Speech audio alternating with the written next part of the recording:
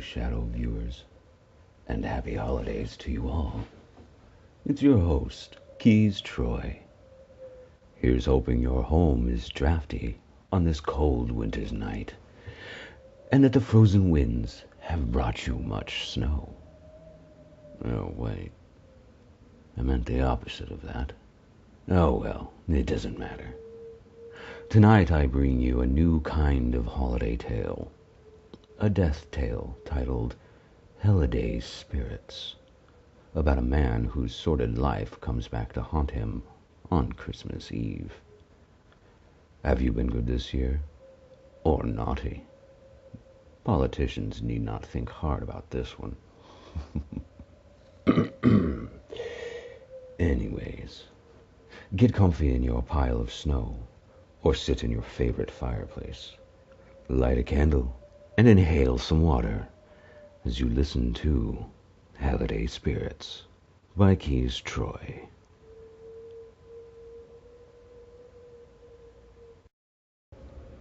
HELLIDAY Spirits, a death tale by Keys Troi. Trevor was making his usual rounds through the ultra-luxurious campgrounds. At Fresh Snows, no tents were needed, since it was all lakefront cabins that were more like small log mansions than actual cabins. There were several RV parking spots, complete with heated buildings, with kitchens and bathrooms, pools and hot tubs, and internet and satellite provided complements of Fresh Snows camping and resort. Of course. The cost to stay at Fresh Snows was no simple matter of pocket change. Only the financially secure could afford it. And that was why Trevor was there. He wasn't an employee of Fresh Snows. He was a thief. This year had been kind to him, and he was taking advantage of it as much as he could. The mild winter had kept the lake from freezing over and the landscape free of snow.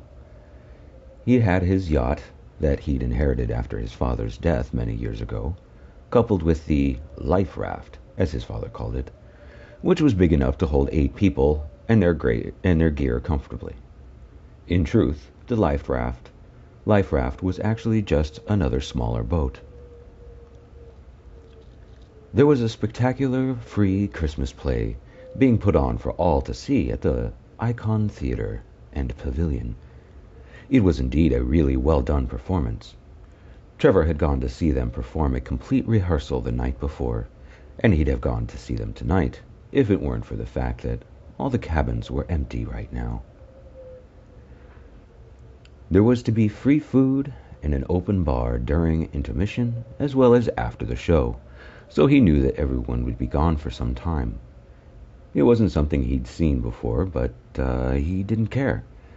After all, opportunity was opportunity, and with any luck, he'd make enough to live off of, maybe not permanently, but at least for some years to come, if he were careful. Having taken advantage of the Christmas play and nice weather, Trevor had hit so many cabins that his yacht was quickly running out of space below deck. He took a moment to admire his ill-gotten stash of jewelry, electronic devices, cash, and random other items he thought might be valuable. Trevor never took anything he thought belonged to children, and he never took the presents out from under the tree. He just wanted to stick it to the filthy rich adults that reminded him so much of his parents.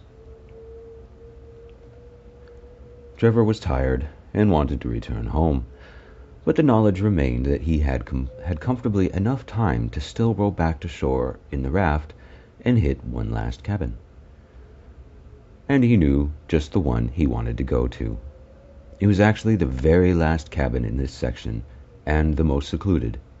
It was rarely used, but someone had rented it this year, and they were clearly very wealthy.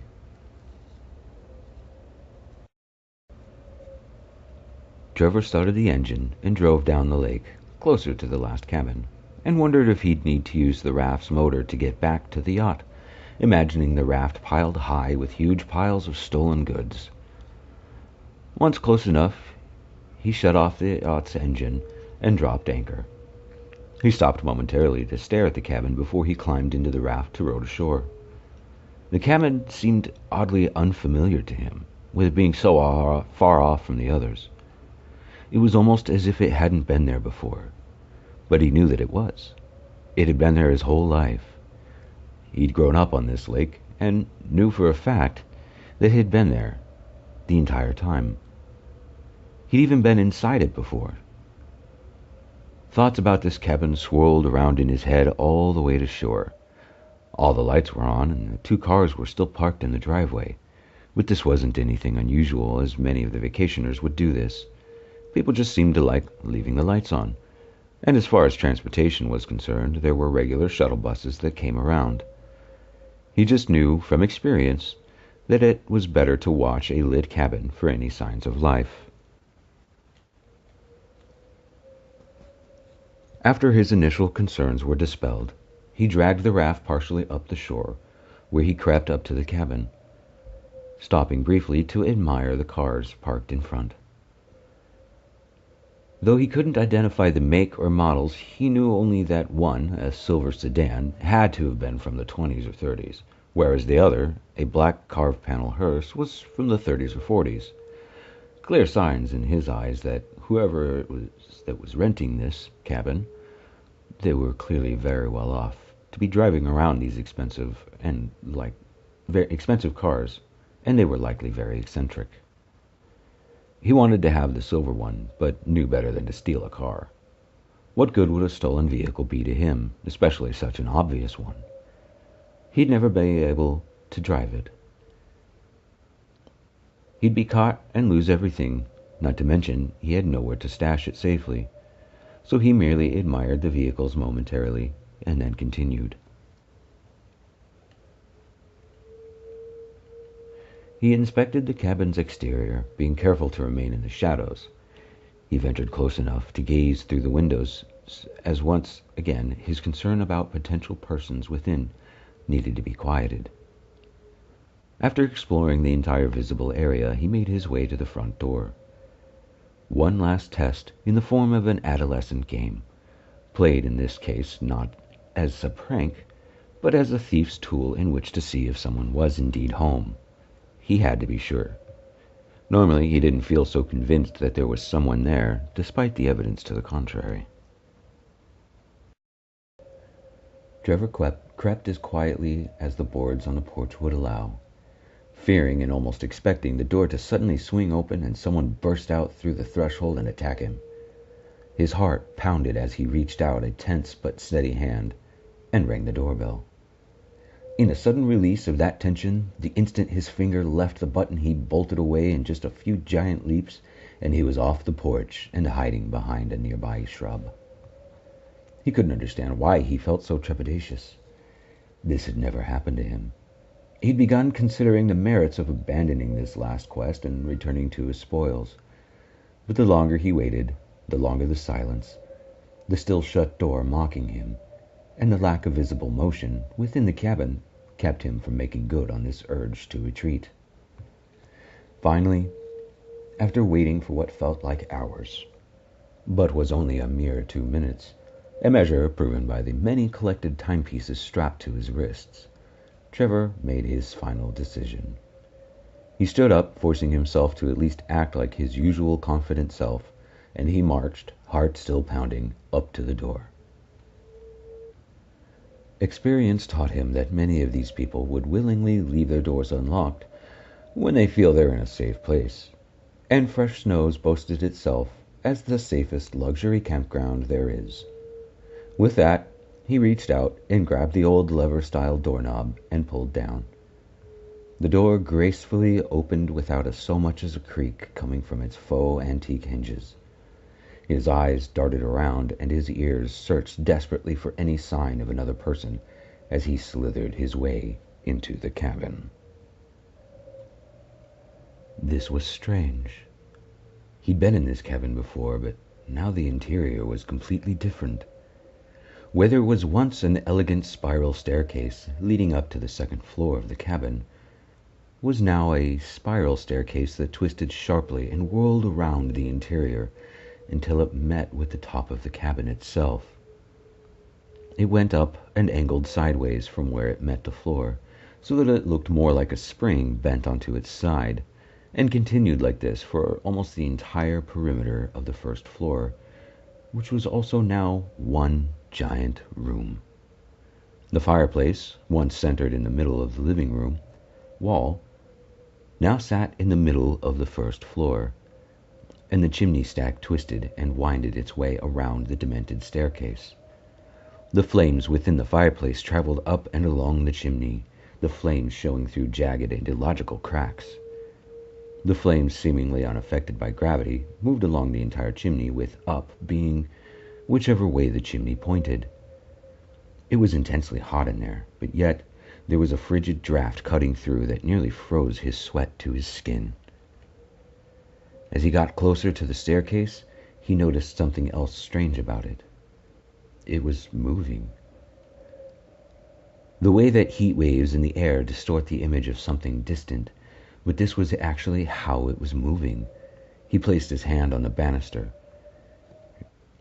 It was nearly too hot to touch, but for what little time he kept his hand on it, he could feel the ripples and swirls. Just as he pulled his hand off the scorching hot wood, he heard a noise behind him. An unnaturally dry and raspy voice said his name, just barely loud enough to hear. Trevor spun around on the spot and instinctually fearing he'd been caught. But before he could do anything or see who it was, he was hit twice by some kind of long metal object, once in the face and once on the forehead. The first blow hurt like hell against his mouth, nose, and upper cheekbone. The latter blow knocked him out, and he crumpled to the floor. Some time later, when consciousness began creeping back to him, he couldn't see very much, and his head was throbbing. The air was hot, and he was drenched in sweat. He lifted his head and tried to look around, blinking his eyes several times as he tried to focus through the sting of heat and sweat in his eyes. Trevor wanted to wipe the sweat away, but discovered he was tied to a chair, and panic began to set in as he struggled against his bonds to no avail. His attention was soon interrupted by two voices. After several blinks and shaking his head a couple of times, he was able to see clear enough. Trevor found himself facing two easy chairs placed in front of a large fireplace. The chairs faced each other, and there sat between them a small round table, held up by one centrally located leg. The table swayed just slightly and gently, as if the single leg was made of a stiff but flexible material. Strangely, though, it still looked as if it were made of wood. The chairs were covered in pale pinkish leather that was fastened very poorly to the underlying framework, as though it had been stretched and forced into place. Trevor felt it looked uncomfortably like human skin. Underneath the furniture lay an out-of-place, cheerfully colored rug, with a red and green Christmas-themed pattern of Christmas trees, reindeer, sleighs, presents, stockings, and snowflakes. It was quite ridiculous looking, really. It was as if someone had taken all the bad Christmas sweaters people wore for family photos on Christmas cards and made this rug with them. The fireplace was tall and not set against a wall, taller than it was wide, and the stack of stone that made up the chimney turned off to the left where it connected with another chimney. Right next to that was a Christmas tree. It was a vibrant deep green and was curved to the left at such an angle it looked as though it should have fallen over. What else was strange about the tree was the fact that its branches pointed towards the floor, when they clearly should have pointed up, and the decorations were upside down as if the tree was hanging from the ceiling.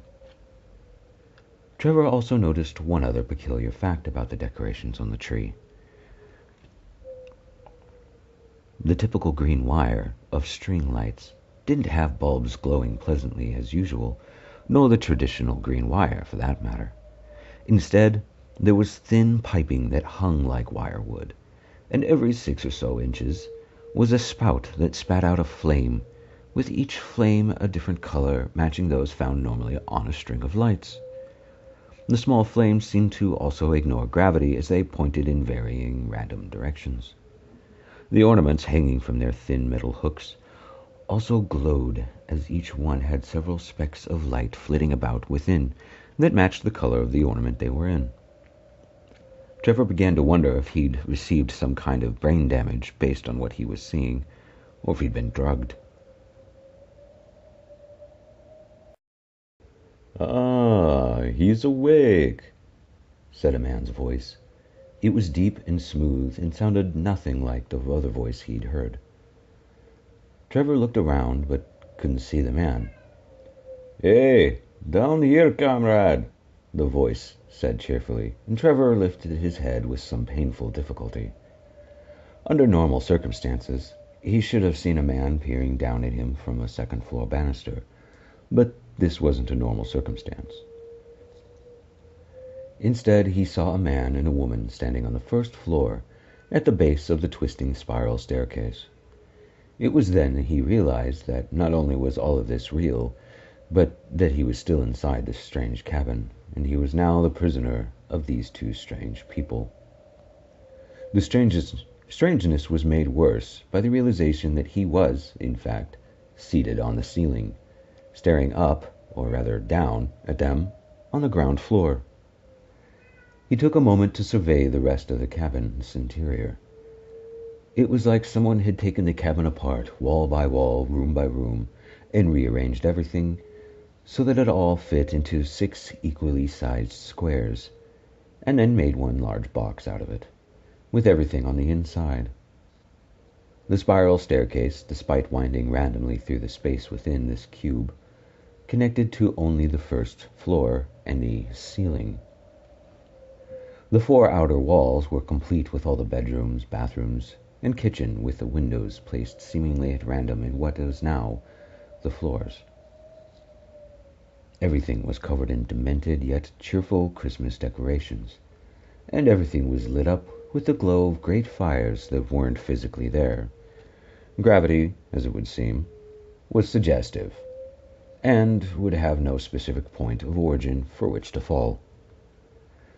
Trevor watched as the two people walked, without urgency, up the spiral staircase all the way to the floor he was on. They walked over and sat down on the chairs in front of the fireplace.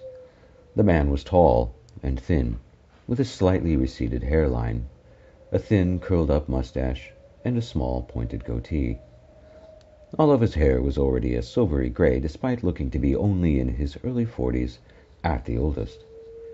He wore a pair of square, thin, brass-framed glasses over brown eyes, and a very well-worn dark red suit, a bright red plaid shirt, green tie with a picture of a burning Christmas tree on it, and a tie pin placed rather high on the tie that was copper and in the shape of a reindeer that had rather intimidating tusks. The reindeer's eyes were glowing red, and it would blink every so often. The man's socks, which were showing out from under slacks that weren't long enough, were green plaid, and his shoes wore black dress shoes with tiny silver bells all over them. The woman, however, contrasted the man's morbidly cheerful holiday appearance. She wore simple clothes for the most part, a black long-sleeved shirt and black slacks. The only thing really unique about their clothes was her polished silver belt buckle in the shape of a skull, and a long vest-like thing that hung down past her knees. The only thing remotely festive about her appearance was that the long vest had little pictures of reindeer skeletons on it, and they were moving. Some pranced or ran, and some grazed on something invisible, while others just walked around looking in random directions. There was a pin of a Christmas tree on the left side of the vest thing, but this was silver, and it was just the trunk with bare branches. The woman's hair was dull, charcoal black, and hung limply, silhouetting a face just as gaunt as the rest of her. Her skin was completely lacking in color, so much so that she almost glowed with her paleness in the waves of mysterious firelight. Even her lips were devoid of any color. Her eyes, sunken and big, were an icy blue in color. If it wasn't for the fact that she was walking and moving, Trevor would have thought her to be dead. In fact, she looked like a reanimated corpse compared to the man's lively pallor. Trevor sat in silence, as was his instinct in uncomfortable situations, and watched and waited. He knew he had to wait until they were ready to talk to him. He treated this with the same perspective he treated being held by the cops, regardless of what he had or hadn't done. Let them tell you what they're aiming at, rather than giving them a target to fire upon. There had to be some logical explanation for what he was seeing, and even their appearances. He knew he just needed to wait. The man leaned forward and picked up a teapot off the swaying table between him and the woman. There hadn't been anything on the table before, but now there sat an old teapot and 2 teacups. The pot clinked as he picked it up off the table, and he poured himself a cup of tea. As the table swayed around, the man held the pot stationary above it, and the tea that poured out traveled into the cup no matter the location of his teacup. The man held up the pot with the spout pointing at the woman, and asked, "Hey, Devon, are you having some?" Trevor hadn't even noticed that the woman, apparently named Devon, had been staring at him for almost the entire time since she sat down. She finally broke her gaze and looked at the man and nodded. "What would you like, my dear?" the man asked her. "Earl Grey with ginger, please," she said. It was her that Trevor had heard just before being bludgeoned. Her voice sounded like she had an entire desert in her throat. It was as if she had lost her voice but still forced her vocal cords to make some kind of sound. Dry and grating, she spoke again in some language Trevor couldn't understand, and she waved her hand horizontally in a circle to the left over the top of the teapot. Then she reversed the direction, making another complete circle. She then pointed her finger away from herself and drew an inverted triangle around the teapot, and then leaned back in her chair. The man smiled and poured again, this time over her cup, and the tea coming out was a different color. It did the same as when he had poured his own tea, in that it followed her cup as the table swayed. Devon leaned forward and grabbed the cup, inhaling deeply its aroma before she took a sip from it. The man, without even really looking at what he was doing, returned the teapot to its place on the table without incident. "Thank you, Luke," she said. Her voice was still just as dry and grating, despite having just had a drink. That couldn't be her real voice, Trevor thought to himself. Devon straightened up, glared at Trevor, and irritatedly spat. "What's wrong with my voice?"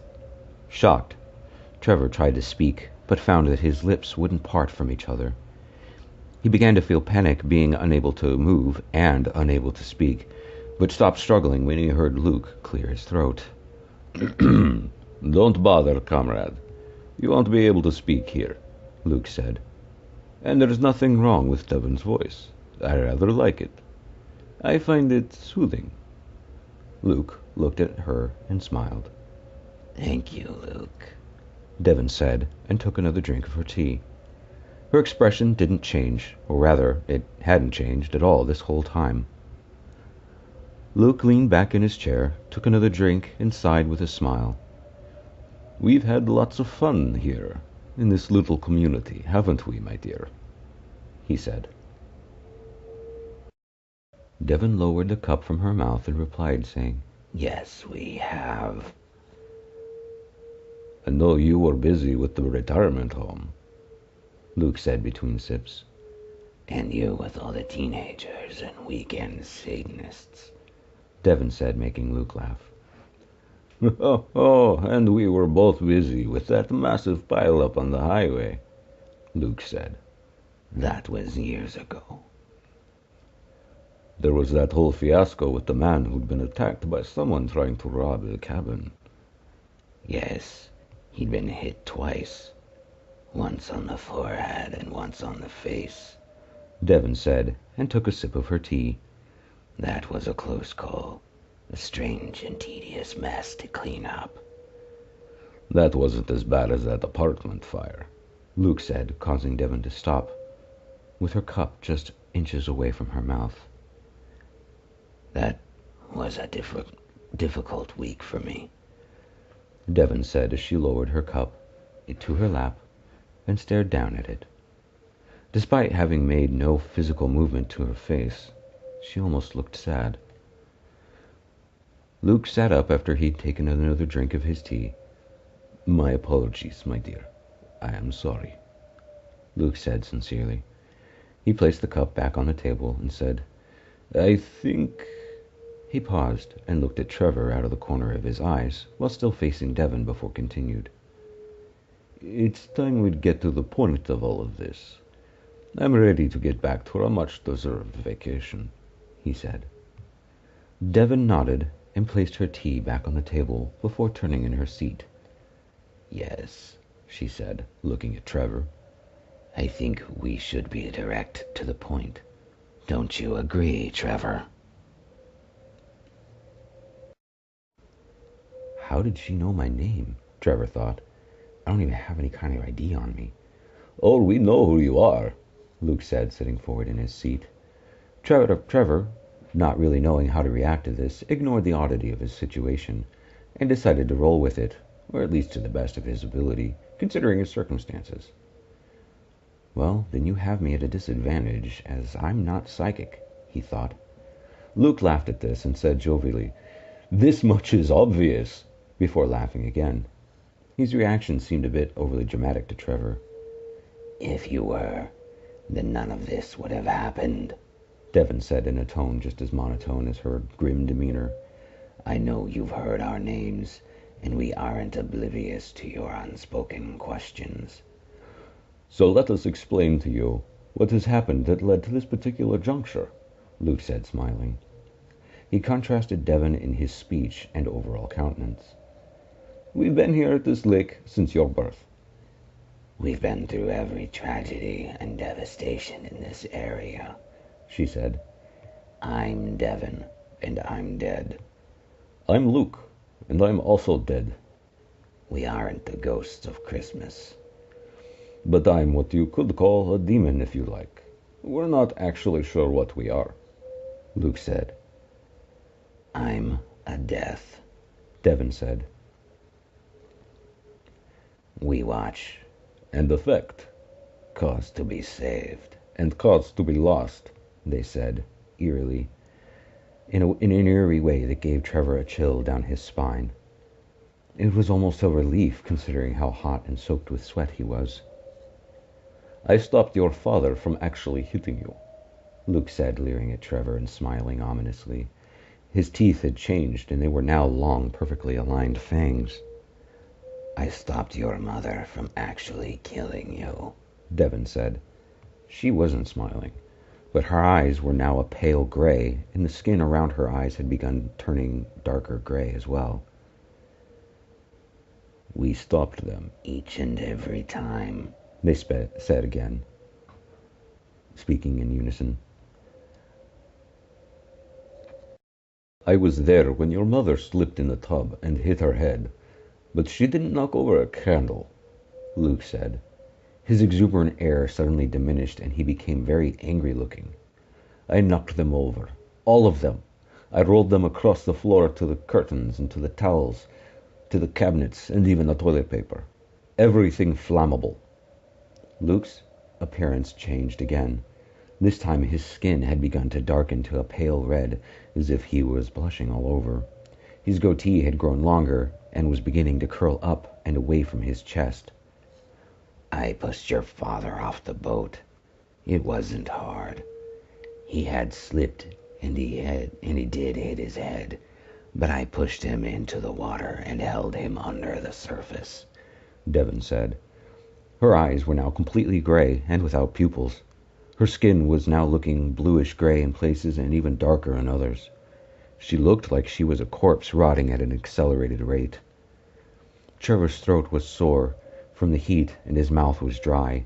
He attempted to spread what little moisture he could muster around. I suppose I should thank you for that, he thought, perplexed. No, We should thank you, Luke said loudly. His prior joyful attitude returned just as suddenly as it had left. We shouldn't have waited so long, Devon said. Somehow her voice sounded even drier, if that were even possible. Her hair had grown longer and was now hanging down to her vest. Her skin looked as if it were cracking in places, and the cracks were growing and spreading. But you gave us the opportunity that we denied them in that last year, Luke said. His grin was unnaturally wide, and his skin was now a deep blood red. 3 small horns had begun to grow out of his forehead near his raised hairline. His goatee now stretched halfway down his chest and was now curling up into a sharp hook. I don't understand. What did you deny them? Trevor asked. His calm and reserved body language he'd used with every run-in with the cops had now faded, and he was now actually filled with fear. He was beginning to fear that he was dead and was about to meet his judgment. Devon and Luke both stood up and faced Trevor directly, and then spoke in an ominous unison. We denied them your death. They had taken out a policy on your life a year prior to their unfortunate accidents, Luke said with a sinister grin. And they were going to kill you, Devon said. But the day before they had planned to do it, the 3 of us killed them. 3 of you? Who's the 3rd? Trevor asked. Why, it is you, of course, Devon said. It was the traps you set that we tripped, Luke said.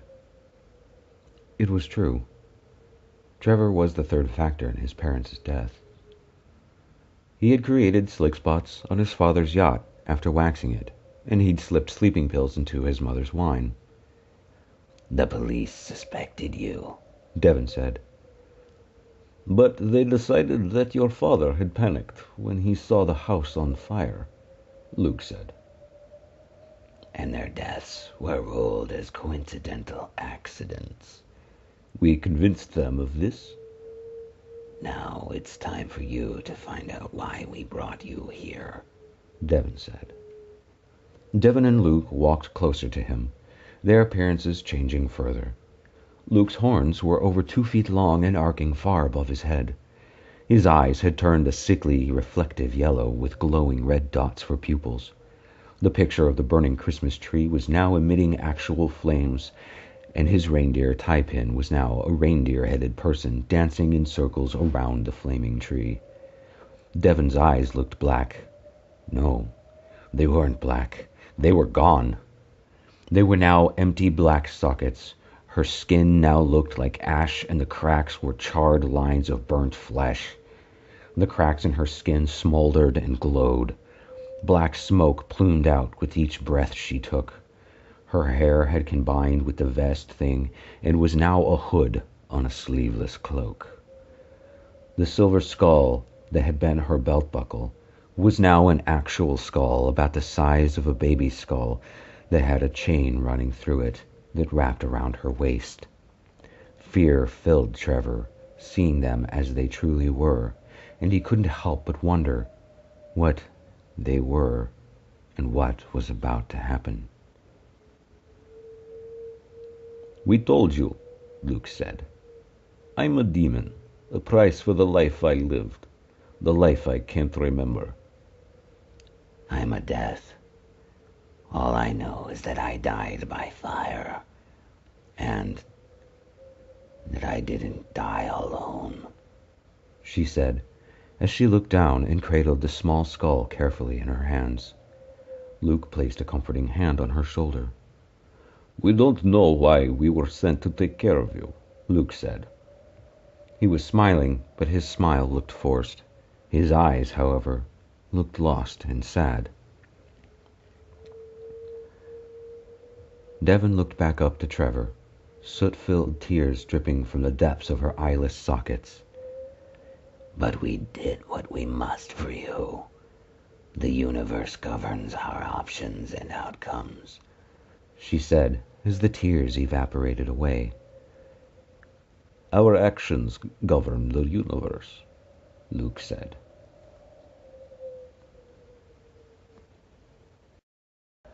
The chair Trevor was tied to suddenly vanished, as well as his bonds, and he fell to the floor. He found himself feeling more like normal now. He wasn't drenched in sweat, even though it was still quite hot. His head no longer hurt. In fact, he was completely back to normal with one exception. As he lay there on his back, he felt his lips. While his lips were still there, he couldn't feel the gap where they should part. His top and bottom lips were just one solid piece. He heard Luke clear his throat again, and he sat up on the floor to face his captors, who were now looming over him. Devon stretched a thin, mostly skeletal and burnt hand out toward Trevor. Trevor, thinking she was offering to help him stand, began to reach up to take her hand. But before he got his hand even halfway to hers, she flicked her wrist up, and Trevor was lifted to his feet by an invisible force. Trevor stood there for a moment, just staring wide-eyed at them. He found himself thinking about trying to make a break for it, wondering if he could make it from the ceiling to the floor and out the door fast enough. But before Trevor could even decide whether or not it was a viable option, both Luke and Devon were suddenly right beside him. Not an option yet, comrade, Luke said. Luke stood to his left with an arm around Trevor, and was grinning like a pushy salesman. His piercing eyes and mouthful of sharp teeth made Trevor feel like a rabbit caught in a trap being circled by a hungry wolf.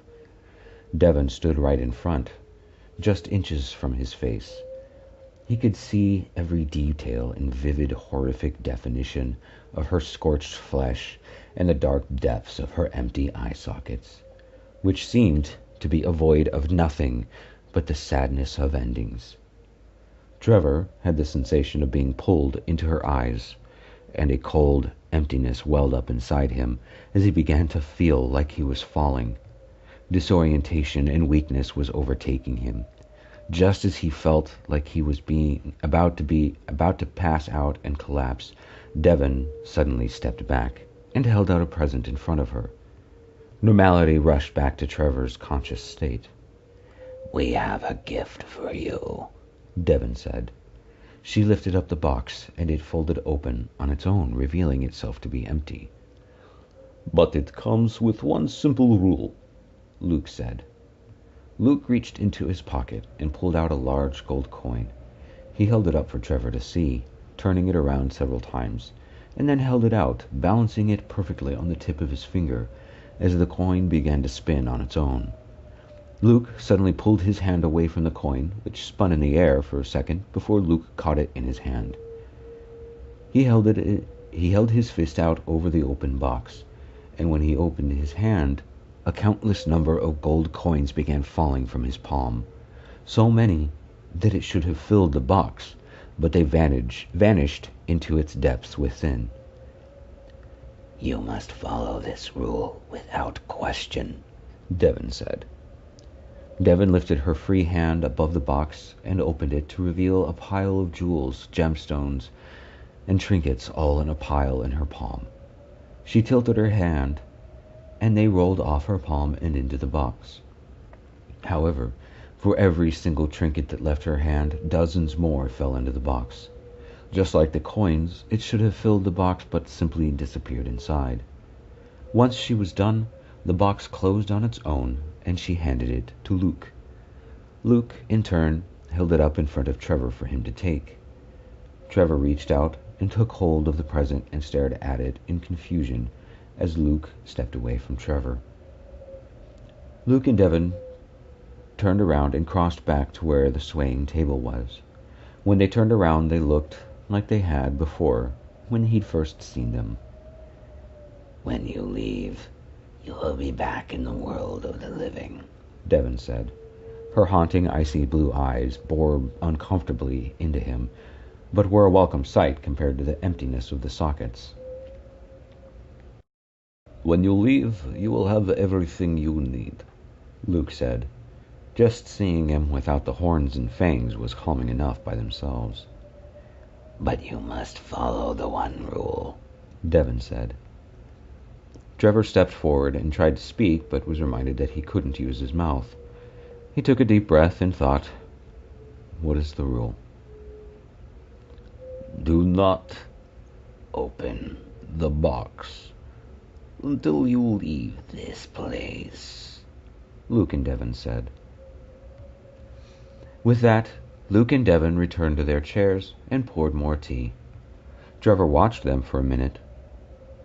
They made their symbols in the air around the teapot before pouring and began talking to each other.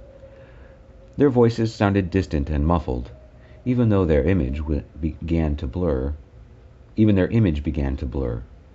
The firelight that illuminated the inside of the cabin seemed dimmer, and the air felt a little cooler. Trevor finally looked away from them, from his supernatural captors. Or were they his protectors? He didn't know what to think of them. They weren't exactly guardian angels, nor were they the oft-referenced angel and demon on your shoulders, offering their own versions of advice. Trevor just shook his head and looked at the present in his hands. He tried to look back at Luke and Devon one last time, but when he did this, his vision blurred like a badly out-of-focus camera until he looked away from them. Their voices now sounded like people talking in the next room over. Finally, he realized that he was free to leave. Why this fact hadn't occurred to him before that instant was a mystery to him, but it didn't matter now. Trevor made his way over to the staircase and began making his way along its winding path. He found it a bit disorienting to look around, so he kept his eyes on the steps in front of him. The present he held kept catching his eye, and he thought about all the gold and jewels they had dropped inside of it. If all of that was really in there, then he'd never have to steal again. In fact, he could have anything he wanted. He wanted to see it. He wanted to know for sure that the gold and jewels were real. He realized that he'd been standing there, just staring at the present. He looked around to find that he was only halfway along this twisting staircase, with the first floor above him. He looked over the railing and could see the blurred image of where Luke and Devon sat. They were directly under the staircase, and thus were unable to see him. I want to know. They can't even see me, he thought. He placed one hand on the top of the present, and their voices ran through his head, repeating their instructions. Do not open the box until you leave this place. They won't know. I'll just take a quick peek. Just a little glance. I'm not actually even opening it. Not really, he reasoned with himself, and stuck a finger under one edge of the lid. He lifted the lid slowly and gently and held it up to his face, so that he could peer inside through the small gap. In the darkness within, he saw one tiny little glint shine briefly off of something within. We warned you, Devon whispered in his ear. Startled, Trevor jumped away from her and crashed into Luke, who seemed to not even notice the impact. Trevor looked up to see Luke, back in his true form, towering over him. He was leering down at Trevor, and he looked furious. Luke's eyes were almost blindingly bright with the fiery red glow they emitted. Devon reached down and took the present away from Trevor with little effort. Her fingers grazed his for only a second, but in that second her touch felt like hot coals pressed against his skin. Now you cannot leave, Luke said. Luke stepped back, and Trevor fell backwards onto the steps. He cried out in his head, begging for a second chance as Luke and Devon turned and walked away. They ignored his pleas and continued down the staircase to the first floor, never looking back at Trevor. The intense heat had returned, and the whole cabin was lit up as if it were ablaze. The only flames, however, were the ones in the fireplaces and the chimneys, fire bursting like jets from each crack and hole in the chimneys. Trevor struggled to right himself, but he felt weak and heavy. Every time he tried to climb to his feet, it would feel like the stairs would shake and he would slip back down. His vision would vibrate and shake every time he'd try to look up. As Luke and Devon approached the front door to the cabin, it opened before them on its own and then closed after they exited. It was only at this point that Trevor was able to recover. Trevor climbed to his feet and scrambled down the staircase, stumbling several times on the way, all the while pleading and screaming in his head for them to return. When he got to the front door, he grabbed the handle and tried to scream in pain, but his lips were still sealed together. When he inspected his hand, he saw no burns, but could feel his palm on fire. The door handle was glowing with immense heat. The heat inside the cabin was unbearable at this point, and he had to escape. Trevor felt like any minute he would catch on fire and burn to death. He summoned what strength he could, and he grabbed the searing handle and swung the door open. What greeted him on the other side of the door was something he couldn't believe and caused him to pause. A smooth wall of water stood in front of him. It was dark and deep, like the water at the bottom of the lake, and there were dim lights in the water. He moved closer without touching the water to see that the lights were actually lit candles suspended randomly throughout the water. Trevor stepped back from the wall of water and studied its surface. He couldn't see anything holding it in place. He ran over to one of the windows to see if the same dark landscape and distant cabins that should have been there outside were still there. He walked back to the water, and after some contemplation he reached out to touch it. Hesitating for a moment, with his fingertips just millimeters from the water, he could feel cool air swirling about its impossible surface. Waiting no more, he made contact with the water. The second his fingertips made contact, the whole wall of water shivered and then caved in on him. Trevor tumbled and spun about in the rushing waters that filled the cabin. The candles in the water raced toward him, hitting him as if they were thrown, and the flames that burned despite the water scorched him whenever they touched him. Nothing he did could stop his helpless travel as the water moved with every surface. He grasped for the staircase, but his fingers slipped off the scalding hot wood, and he slipped out of its reach. The water rushed in so fast that the available air was quickly diminishing. Trevor needed to breathe, and now his lungs were burning and ached to inhale.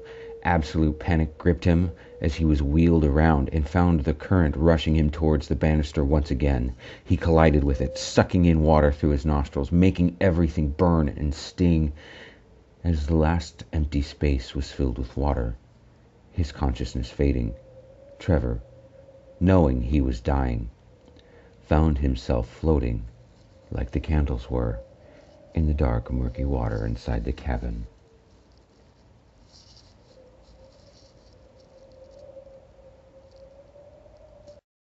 Trevor suddenly awoke lying upside down on the steps. He sucked in air as quickly as his nostrils would allow and immediately coughed up bitter-tasting water that filled his mouth. Lacking any normal escape, some of the water forced its way out his nose. Still struggling to get air, Trevor swallowed that water just in time to cough up more from his lungs. This happened several times until he was finally able to breathe normally. Although his lungs ached from the struggle, now able to relax to some degree, he sat on the steps and just enjoyed being able to breathe for one moment. Trevor rubbed his head and face where he'd rammed into the banister. It was the same place Devon had struck him earlier. He was sore everywhere, but found himself to be dry. In fact, everything was dry. It was as if the water had never come in, just the cabin as it was before he tried to leave it. The only evidence left was the drying puddle of water that had come out his nose. He sat there for a moment, just taking in his new imprisonment. He wiped away sweat from his face and flicked it onto the steps in front of him, where it sizzled and evaporated. It was at this moment when he realized that he didn't die from drowning. He didn't know how he died, only that he must be dead, and that he must have been dead this whole time, and that this was his punishment. Trevor got to his feet with a sigh and descended to the first floor. He reached out and tapped the door handle. It was rather warm, but not as hot as it was before, and so he opened it. As it swung open, the heat inside the cabin raged again, and he found the wall of water on the other side. Although seeing the water didn't surprise him, he was afraid of it crashing in again, so he slammed the door shut. What did surprise him was that the heat went back down to a more comfortable level.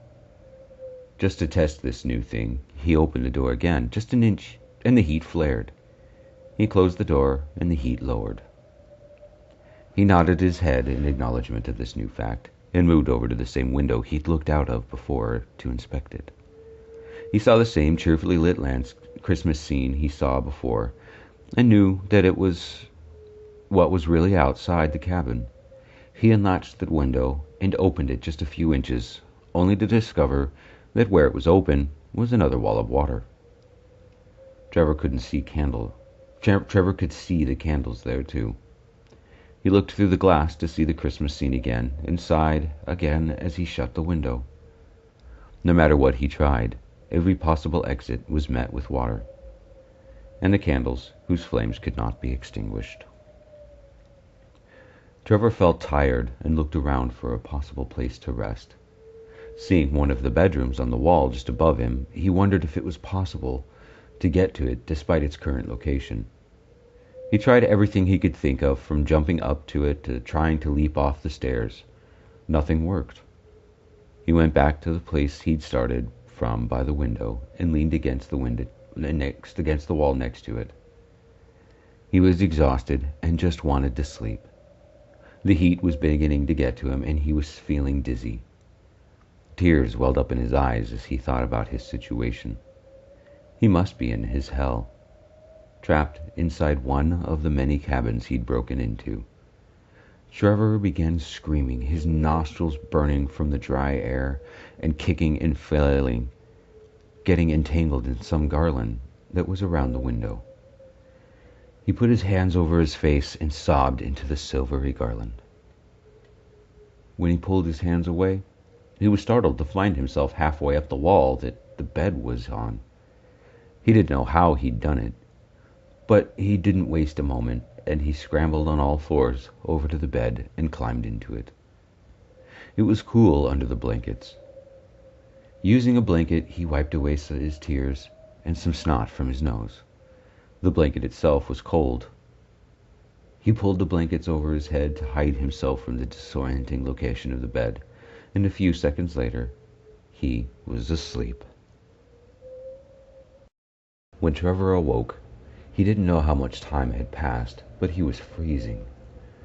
The cool of the blankets had dropped to a frigid level, and he had frost all over him. He pulled the blankets off. The heat of the cabin was a welcoming sensation for the first time. After sitting up on the side of the bed, a creaking noise caught his attention. He looked around but couldn't see anything moving. He stood up, a sense of panic creeping over him. Then he slowly looked over at the window right next to the bed on the floor. The window was covered in frost and was impossible to see out of. The heat in the cabin flared, and the frost he'd been coated in was blasted away. Suddenly, the creaking coming from the windows got louder and louder, and then suddenly, all of the windows in the cabin shattered, spraying the interior with icy glass fragments. The coldest wind Trevor had ever felt smashed into him with such force he flew backwards off the wall and crashed onto the first floor. The frozen wind engulfed the interior of the cabin, whirling about violently. The overwhelming heat was gone, and the instant the windows shattered, leaving Trevor shivering uncontrollably and huddled under the stairs, trying to hide from the wind as best as he could. In spite of the strength of the Arctic blast rampaging inside the cabin, not a single thing was moved from its location. Furniture would rock and curtains would fly like flags, and the decorations blew in the wind but never slipped from their places. His location under the stairs was proving to be a poor hiding spot from the wind, and so he decided to chance finding a better spot. He reached up and grabbed on one of the posts of the banister. It felt like grabbing a chunk of ice, but he needed something better. With some effort, Trevor was finally able to pull himself onto the staircase. The wind was making his eyes water as he struggled up the steps, and he couldn't see very far in front of him. The air was filled with snow, racing all around him and stinging his skin. A gust of wind slammed him from the side, and he lost his grip on the banister. Trevor spun around and flew through the cabin just as he had when it had flooded. His body ached, and his skin stung where he still had feeling. Helpless to do anything else, he flailed his arms in hopes of grasping something. But with his hands completely numb, he couldn't be sure when he did touch anything. The wind was so full of snow and ice that it was impossible to see anything not right in front of his face, not right in front of his eyes, which he could barely open due to ice covering his face. Trevor suddenly slammed into a surface as the wind shifted yet again, and he found himself on the floor next to another bed. Thinking quickly as he could feel the wind pulling him away again, he reached out and grabbed at the blanket from the bed. In the second before he lifted into the air again, he was able to see that the blanket had a Christmas tree pattern on it. As he began flying around through the air, he, as carefully as he could, wrapped the blanket around himself, only successfully covering his head and shoulders. This blanket wasn't as cold as the other one had been, but it blocked the wind. Trevor crashed into another surface again and peeked out of the blanket, only to find himself between Luke's chair and where the staircase met the ceiling.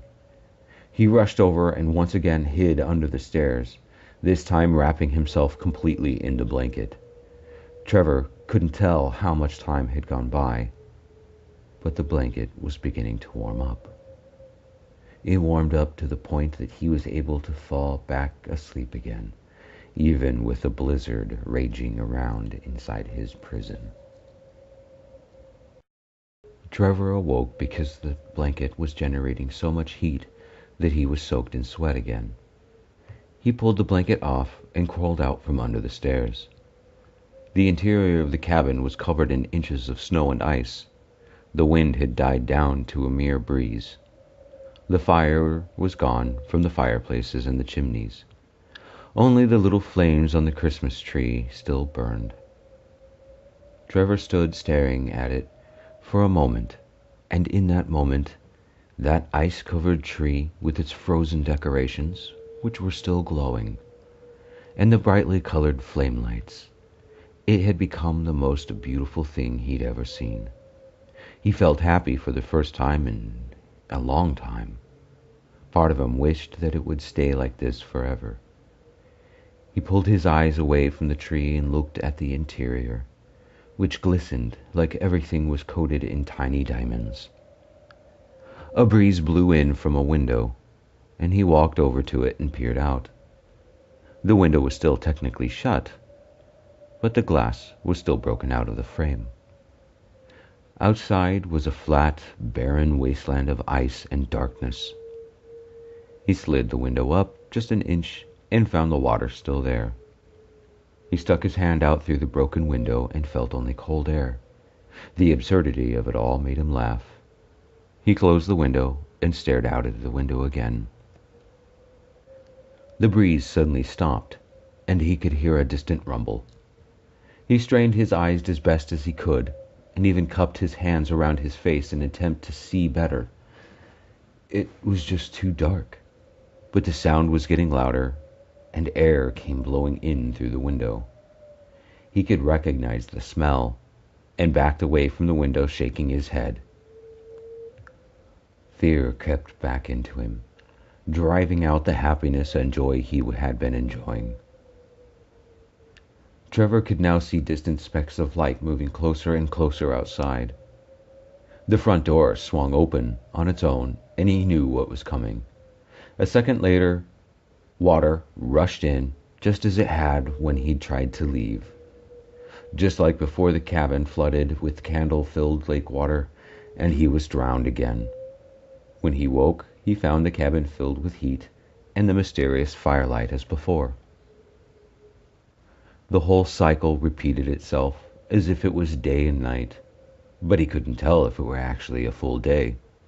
Time seemed impossible to track, and there weren't any working clocks anywhere.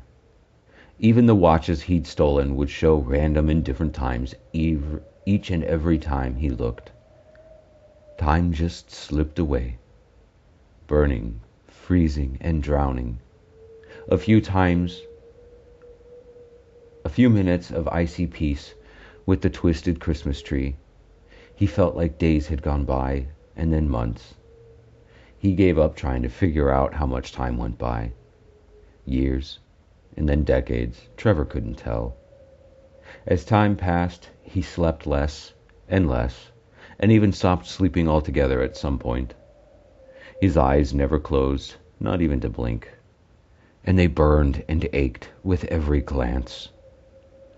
Every breath stung, and his nose bled almost constantly.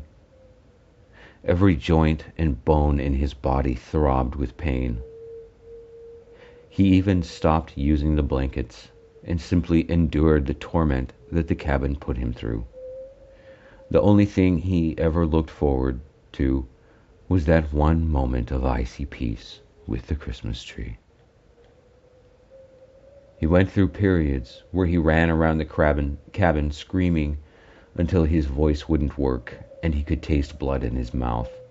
Sometimes he would immediately inhale the water once it started coming in, and sometimes he'd still struggle to hang on as long as he could. Several times he simply opened the door and dove into the wall of water. He would sit in the fireplace and just burn until he passed out, or he'd shatter a window and hang on to the frame until he froze from the blizzard. Trevor spent a whole length of immeasurable time just never moving.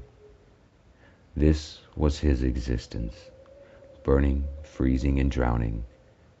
But there was never an end. Centuries could have gone by. Trevor just gave up. There came a point when he woke up lying on the stairs after drowning. He sat up and just cried. Trevor didn't know how long it had been since he cried, or even felt any emotion for that matter. For the first time in his entire life, he felt regret. He wished and longed for a life he'd never had, a life he'd never given himself. Trevor got to his feet and slowly ambled his way up the stairs and to the chairs where Luke and Devon had sat all that time ago. The table hadn't swayed or moved since that last time he'd seen them, and the tea set still rested on the table in spite of all the tumultuous weather of the cabin. Trevor sat down on the floor, where the chair he'd been tied to had been, and stared at their empty chairs. "I'm sorry," Trevor thought to himself. "I'm sorry I tried to kill my parents. I'm sorry for stealing from all those people. I'm sorry I attacked that man in his cabin.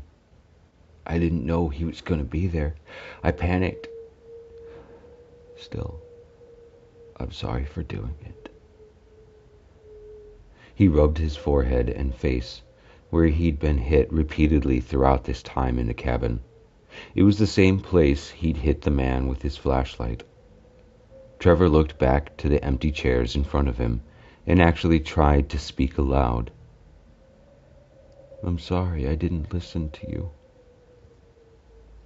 Just then, a small flame flickered to life in the fireplace. "Hello, Trevor." Devon's voice came softly through the air. Trevor almost didn't think it was real, but he replied nonetheless, somberly thinking the words, "Hi, Devon." "I'm here too, comrade," Luke said. This time Trevor looked up to see Devon and Luke standing next to the tree and holding hands. They both smiled at him and they looked happy. Trevor shot to his feet, rushed over to them, and being no longer afraid of them, embraced them both as he sobbed uncontrollably. For Trevor, It felt like he was seeing close family he thought he'd lost. They returned the embrace with the same emotion. "I'm so happy to see you," Trevor thought. "We're glad to see you too, comrade," Luke said cheerfully. "We weren't sure we were going to ever see you again," Devon said. Her overwhelmingly dry voice sounded sweet to Trevor's ears. I never... Trevor began to think, but stopped. His mind raced for a moment while they waited patiently for him to regain focus. Trevor's eyes darted between the two entities. He only just now noticed that they were in their true forms. Despite their frightening appearance, he'd never been more happy to see someone's faces as he was to see theirs at that moment. Luke with his piercing, glowing eyes and giant horns, Devon with her burnt flesh and deep voids for eyes that engulfed your everything. They were the most beautiful things he'd ever seen. "I'm sorry," was all he could think. Luke placed his hand on Trevor's shoulder with a firm, confident grip and said, "We know." "Why do you think we're here?" Devon said, actually smiling at him. She had a beautiful smile, even though her teeth were shiny and pitch black. "I don't understand," Trevor thought. "We needed to protect you and try to give you a chance to be something better than this," Luke said. "But when you didn't, we tried a different tactic in hopes that it would make you change," Devon said. "You failed your first chance. "Your second chance. Your third chance. But your fourth chance was different," Devon said. She held up the same present they'd offered to him before. Trevor reached out and took the gift in his hands. He held it as if it were the most precious thing he'd ever touched. He took in the beauty of the shiny paper and the silken ribbon tied in a bow at the top. He admired the effort that went into wrapping it so carefully, with everything measured so accurately, that it was as close to perfection as any gift of love could be. Details that he knew were there before, but that he just missed through his own blindness. Without a second thought or even caring what was in the box, he looked at them intently and thought, "What must I do?"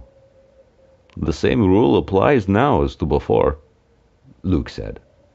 "This is our gift to you," Devon said. "You need only to leave our home." "Will I ever see you again?" Trevor asked. He hadn't even realized it, but he'd actually said the words aloud, his lips no longer sealed shut. "Of course you will, comrade," Luke said jovially.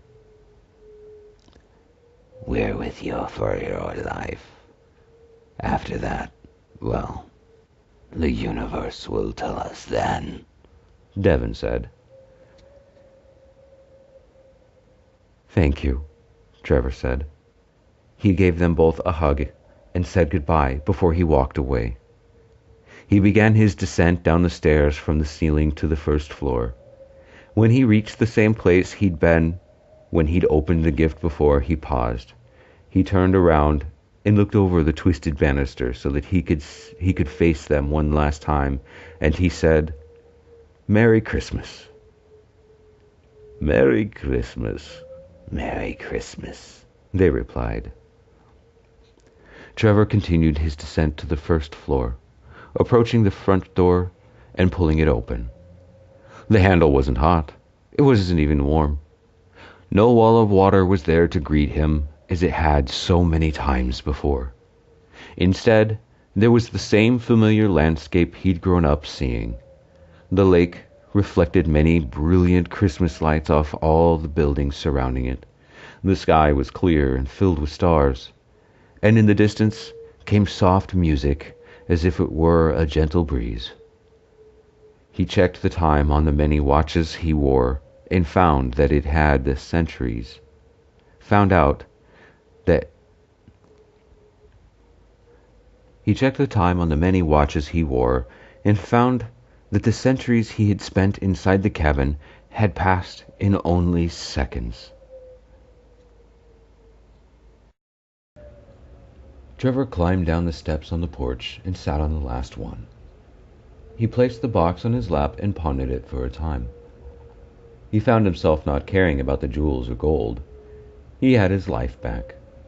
He simply enjoyed the cool winter air and being outside for a while before he decided to open his gift. He opened the box and reached inside. He felt something cold and metal, and when he pulled it out, it was revealed to be a wrench. Trevor stared at the wrench in his hand, a bit confused. It looked well used, but in good condition. Just then, something small fell and hit the step, tumbling off and landing on the concrete below. Trevor placed the box on the step next to him before reaching down to pick up what had fallen. It was a nut that had fallen off of a bolt on the porch railing next to him. He placed it back on the bolt and tightened it by hand until he needed the wrench to finish. He saw another bolt and nut, and finding it to be loose as well, he tightened it up as well. When he was done, he turned back to the box, but it was gone. In its place was a toolbox filled with well-used but cared-for tools. He picked it up and placed it on his lap and placed the wrench inside with its companions. A new memory came to him as he gazed down at the box. He was in charge of the maintenance staff for Fresh Snows.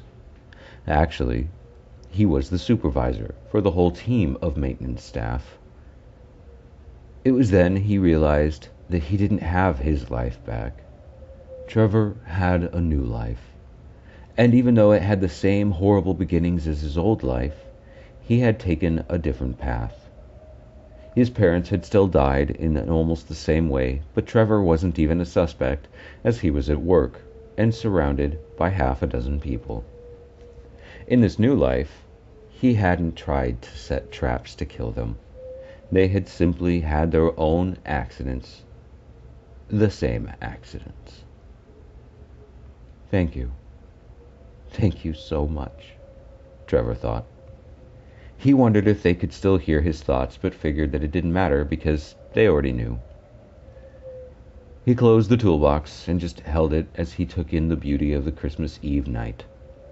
The air that would have once been too cold for comfort now didn't bother him. He soaked it all in. Trevor's thoughts were interrupted when he heard a woman clear her throat. He turned to see a woman standing a few feet away, smiling at him. She looked to be about the same age as him. He couldn't help but stare at her, as there was just something so familiar about her, but he couldn't place what it was. "Hi, are you the maintenance guy here?" she asked. Her voice was music to his ears. "Oh, yes I am. I'm sorry," he said as he stood up and stretched out a hand. "Hi, I'm Trevor Leninovic. I'm head of maintenance here." "Hi, I'm Morgan," she replied. She smiled as she shook his hand, and he was mesmerized by her smile. "Oh, I fixed the porch railing. Wasn't expecting anyone to be back so soon, and I was just enjoying the beautiful night," he said, trying to explain why he was just sitting there. "It's cool," Morgan said.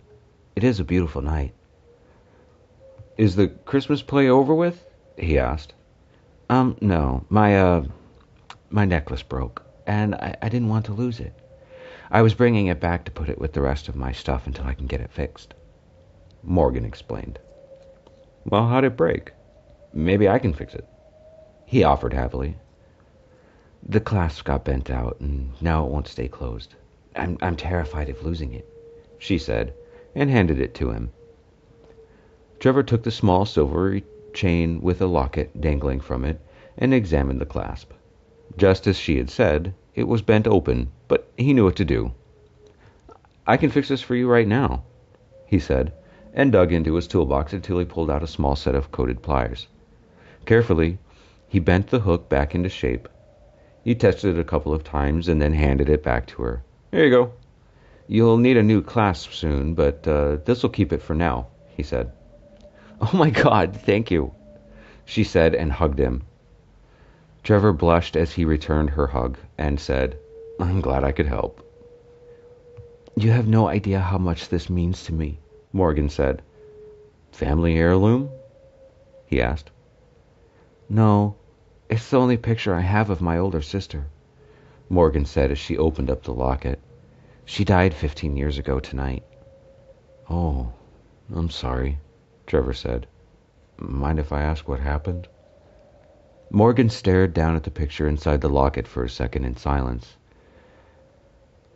When she finally spoke, her words were a little shaking at first. Her boyfriend got mad when she told him she was pregnant. He accused her of cheating and locked her in the bedroom, and then he burned the house down. He was always an asshole, and we all knew he was crazy. We told her to leave, but she felt trapped. Oh my God, that's horrible, Trevor said, appalled. Yeah, well, for what little it's worth, he's rotting in prison now, she said as she wiped away a tear from her cheek. You want to see? She asked Trevor as she held out the open locket. Yeah, I'd love to. Morgan held out the locket so that he could see the picture. He recognized the face immediately. He wanted to say something about what he knew, but held back. Her name was Devon, Morgan said. I know it sounds crazy, but I feel like she's still here, and that she's found some kind of happiness.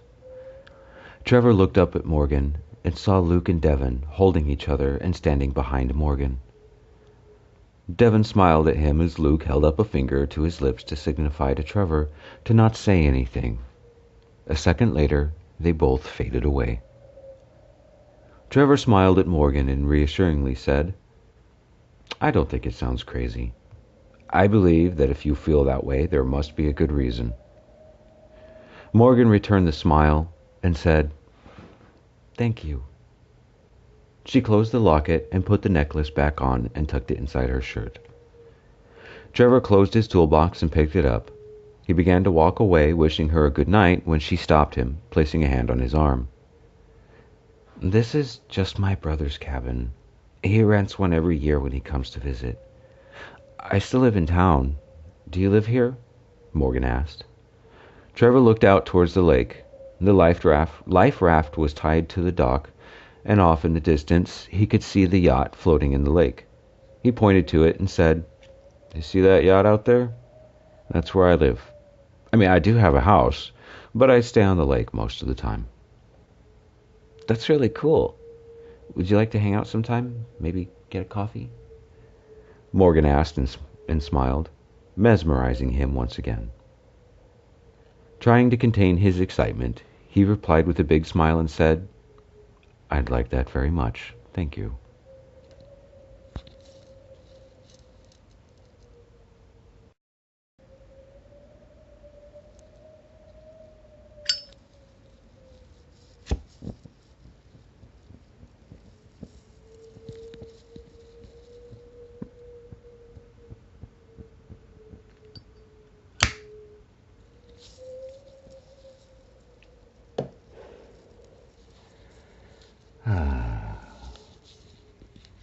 Now that was an exciting adventure. So tell me, what did you think of this story? I know a lot of stories have not quite so happy endings when it comes to horror or even dark fantasy. But I want to know, what did you think of this one?